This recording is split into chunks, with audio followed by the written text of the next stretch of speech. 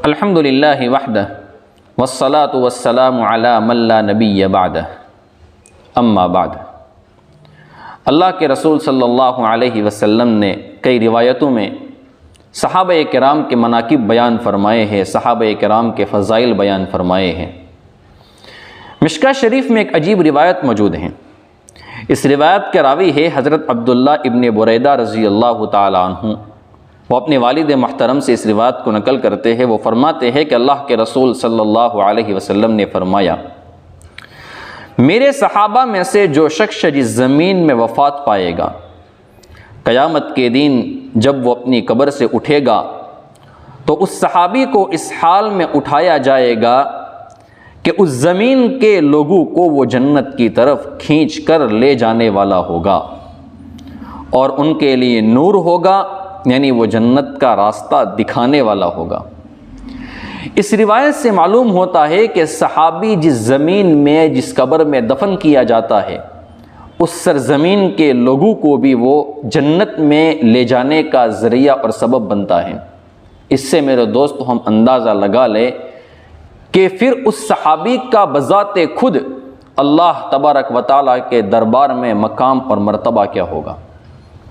इससे पहले मैंने आपकी खिदमत में पेश किया था कि मुहर्रमुल हराम के महीने में कुछ सहाबा किराम को छोड़कर बाकी सहाबा किराम को गालियों का और जुल्म का निशाना बनाया जाता है और अल्लाह तबारक व तआला फिर इनसे निमटता है। और एक दो वाक़यात भी मैंने आपकी खिदमत में पेश किए थे।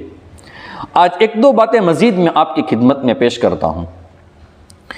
एक बुज़ुर्ग हैं, इनका नाम है हज़रत अल्लामा अबू मोहम्मद अब्दुल्ला फ़कीह हम्बली रहमतुल्लाह अलैह। वो इस रिवायत को और इस वाक़े को नकल करते हैं। सआदतुद्दारैन के अंदर इस रिवायत को और इस वाक़े को बयान किया गया है। वो फरमाते हैं कि एक जमात मक्का मुकर्रमा को हज के लिए रवाना हुई। उनमें एक ऐसा आदमी था जो नवाफिल बहुत पढ़ता था। उसकी शक्ल व सूरत को देखकर ऐसा महसूस होता था कि वो इबादत गुजार है। वो रास्ते में फौत हो गया। उसको दफन करने के लिए उनके पास कोई कुदाल वगैरह नहीं था कि कब्र को खोदा जा सके और उसको दफन कर सके। तो काफ़िले वालों ने जंगल में घूमना शुरू किया। घूमते घूमते एक बुढ़िया औरत की झोंपड़ी उनको दिखाई दी। वो उस बुढ़िया के पास गए तो देखा कि उस झोंपड़ी में लोहे का एक बड़ा सा कुदाल पड़ा हुआ है। उन्होंने उससे मांग लिया तो उस बुढ़िया ने उनको कुदाल तो दे दिया, लेकिन उसने कहा कि तुम वादा करके जाओ, तुम अल्लाह की कसम खाकर जाओ कि तुम ये कुदाल मुझे ज़रूर वापस करोगे। उन्होंने कहा कि हम ज़रूर आपको वापस कर लेंगे और उन्होंने कसम भी उठा ली। वो कुदाल लेकर चले गए। उस कुदाल के ज़रिए से उन्होंने उस कब्र को खोदा और उस बंदे को दफन कर लिया जो बज़ाहिर इबादत गुजार दिखाई देता था।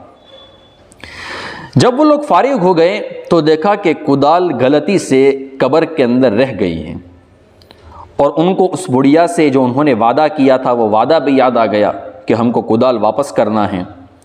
तो कुदाल को निकालने के लिए उन्होंने दोबारा कब्र को खोदा तो वो क्या देखते हैं कि वो कुदाल उस मुर्दे की गर्दन में तोक बन गई है और उस मुर्दे के जो हाथ थे वो उस कुदाल के ज़रिए से बंधे हुए थे।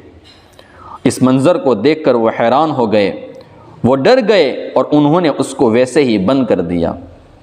और वो वापस वहाँ से गए उस बुढ़िया के पास और जाकर उस वाक़े को बयान किया।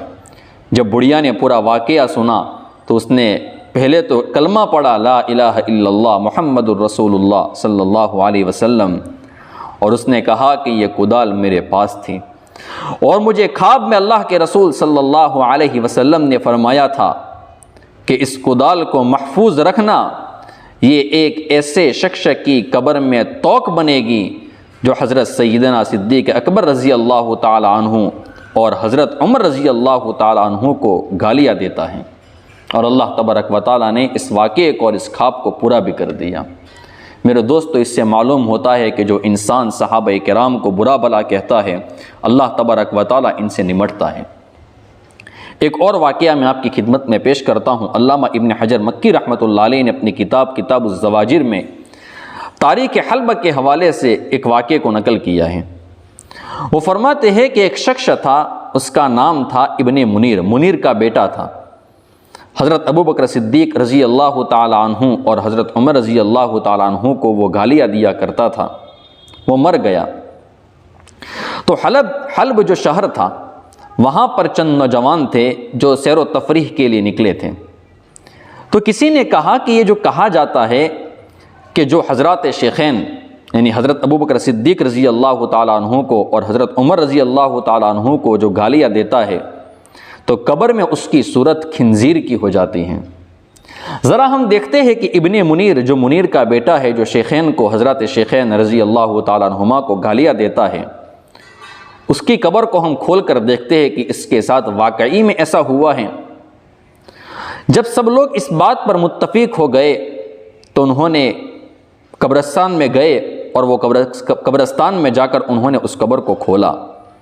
तो जाकर क्या देखते हैं कि वहाँ पर एक खिंजीर पड़ा हुआ है जिसका रुख किबले से फिरा हुआ है।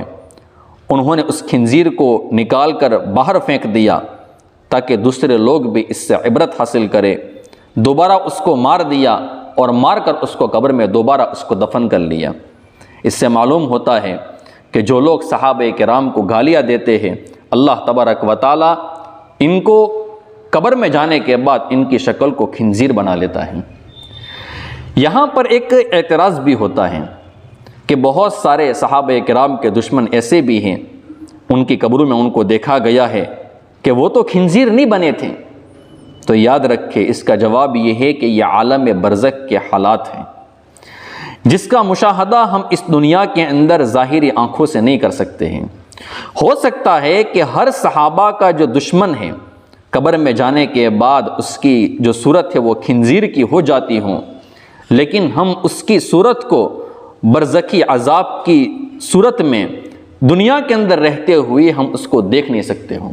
हो सकता है कि वो हकीकत में अंदर जाने के बाद खिंजीर बन गया हो, लेकिन हम दुनिया की आँख से उसको देख न सकते हो। मेरे दोस्त, एक दो वाक़यात मैंने आपकी खिदमत में मज़ीद इसलिए पेश किए कि सहाबे किराम की अज़मत हमारे दिल के अंदर पैदा हो। सहाबे किराम के बारे में मेरे दोस्तों बदज़बानी करना तो बहुत दूर की बात है, सहाबे किराम के बारे में बदगुमान हो जाना भी हमारे लिए हलाकत का ज़रिया और सबब है।